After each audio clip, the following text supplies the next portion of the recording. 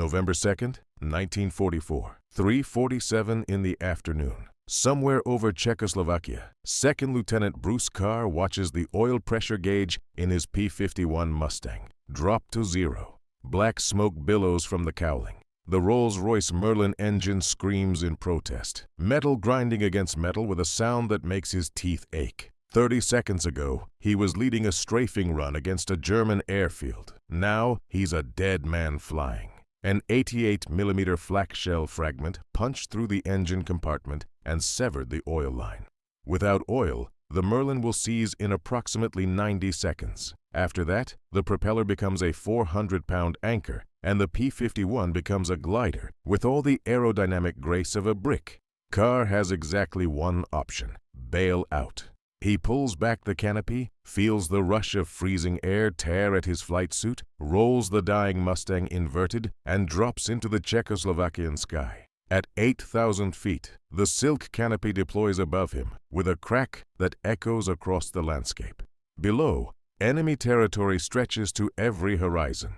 He's 200 miles behind German lines. No radio, no weapon except a Colt .45 pistol with 7 rounds. No food, no water. November in Central Europe means temperatures dropping below freezing at night. The mathematics of survival are brutal and unforgiving.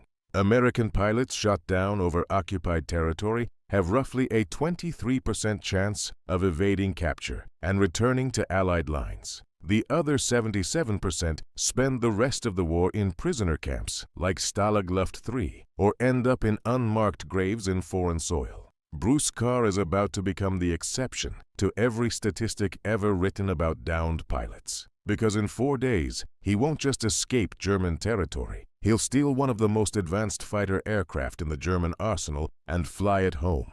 But to understand how a 20-year-old American pilot pulled off one of the most audacious escapes of World War II, we need to go back to the beginning. Back to a farm in upstate New York, where a 15-year-old kid first learned that the sky wasn't a limit, it was a destination. The making of a fighter pilot. Bruce Ward Carr was born January 28, 1924, in Union Springs, New York, a small farming community nestled in the Finger Lakes region. His childhood was unremarkable in most ways, shaped by the rhythms of small-town America during the Great Depression. The Carr family, like most families in upstate New York during those years, knew the meaning of hard work and making do with what you had. Young Bruce grew up watching the seasons change over the farmland, watching the sky, always watching the sky. But there was one thing that set him apart from every other kid in Union Springs. In 1939, at just 15 years old, he learned to fly. The year matters more than you might think. In September 1939, while Bruce was taking his first solo flights over the fields of central New York, Germany invaded Poland. World War II began. The world was changing in ways that a 15-year-old farm kid in upstate New York couldn't fully comprehend. He couldn't know that within 5 years, he'd be dogfighting Messerschmitts over Berlin, that the skill he was learning for the pure joy of it would become a matter of life and death. But some part of him must have sensed that flying was about to become the most important skill a young man could possess. The future was coming, and it would arrive faster than anyone imagined. He didn't learn in a military program or a formal flight school. A local crop duster named Earl let the kid take the controls of his biplane one summer afternoon. That was all it took. Carr was hooked. The sensation of lifting off the ground, of commanding a machine through 3 dimensions of space, of seeing the world from a perspective reserved for birds and clouds. It became an obsession. By the time he turned 16, he had more stick time than most Army Air Corps cadets. September 3, 1942. Carr enlists in the United States Army Air Forces. He's 18 years old. When he arrives at the Aviation Cadet Training Program, he discovers something remarkable. His instructor is the same man who taught him to fly 3 years earlier. Earl had joined up too. He takes one look at Carr's application, sees the 240 flight hours already logged, and recommends him for the accelerated program. The accelerated program is exactly what it sounds like. They take pilots who already know the basics and compress years of training into months.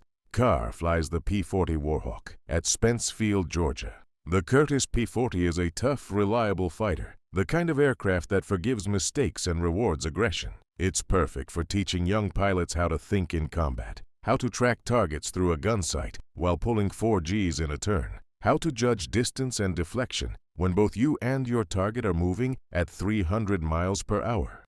By August 30th, 1943, Carr is promoted to flight officer. By February 1944, he's in England, assigned to the 380th Fighter Squadron, 363rd Fighter Group, 9th Air Force. His first combat assignment, fly the P-51 Mustang, Angel's playmate.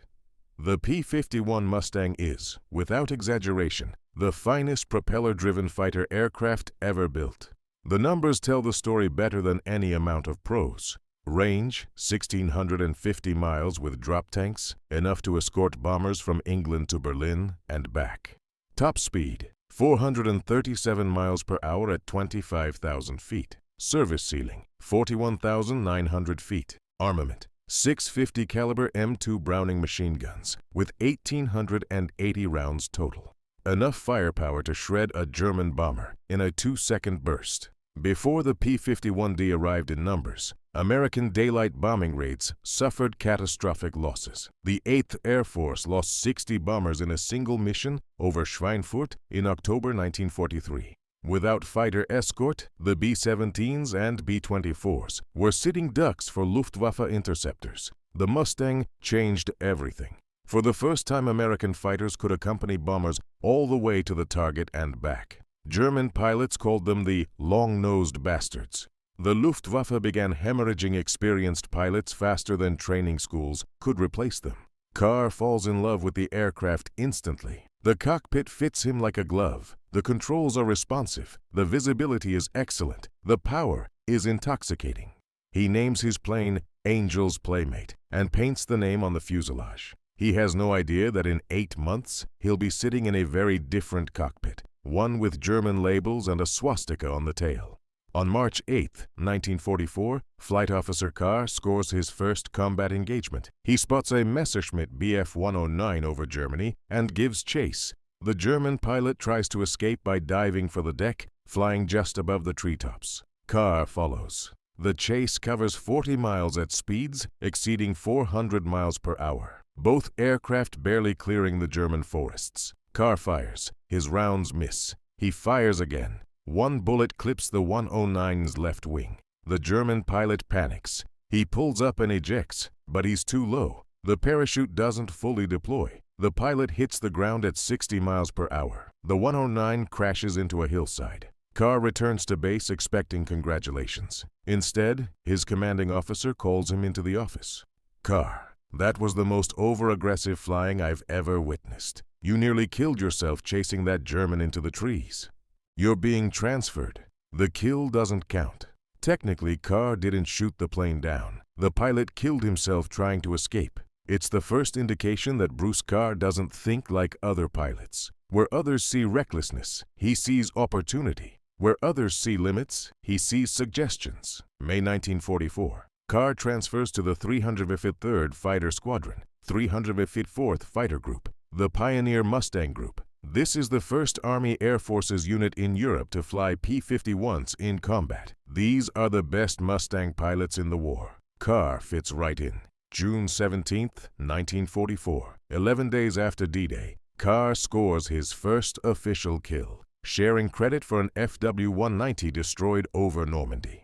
2 months later, he makes second lieutenant. September 12, 1944, Carr's flight strafes a German airfield, destroying several Junkers Ju-88 bombers on the ground. On the return flight, they spot 30 FW-190s 2,000 feet below them. Carr doesn't hesitate. He dives. In the next 3 minutes, he shoots down 3 German fighters. When his wingman takes damage, Carr escorts him all the way back to friendly territory, foregoing any additional kills to protect his fellow pilot. For this action, he receives the Silver Star, the second highest combat decoration for valor. October 29, 1944. Carr downs 2 Bf-109s over Germany. Total confirmed kills, 7.5. He's officially an ace. 4 days later, his luck runs out. 4 days behind enemy lines, November 2, 1944. Carr hits the frozen Czechoslovakian ground hard. The parachute landing isn't gentle. His ankle twists on impact. Not broken, but badly sprained. He gathers the silk canopy and buries it under leaves. The Germans will search for him. They always search. He has maybe 20 minutes before patrols arrive. Carr knows the airfield he was strafing is approximately 5 miles north. He knows the Germans will expect him to move south or west toward Allied lines. He knows his survival depends on doing something unexpected. He heads north, toward the enemy. The logic is counterintuitive but sound. The Germans will search outward from his landing site, assuming he's running away. They won't expect him to move closer to their base, and if he's going to survive, he needs supplies, food, water, maybe a weapon. The airfield has all three. Day 1. Carr moves through the forest, staying off roads, traveling at night. His flight suit provides minimal warmth. His ankle throbs with every step. He hasn't eaten in 18 hours. The cold seeps into his bones, making his hands shake, slowing his thoughts. He finds a stream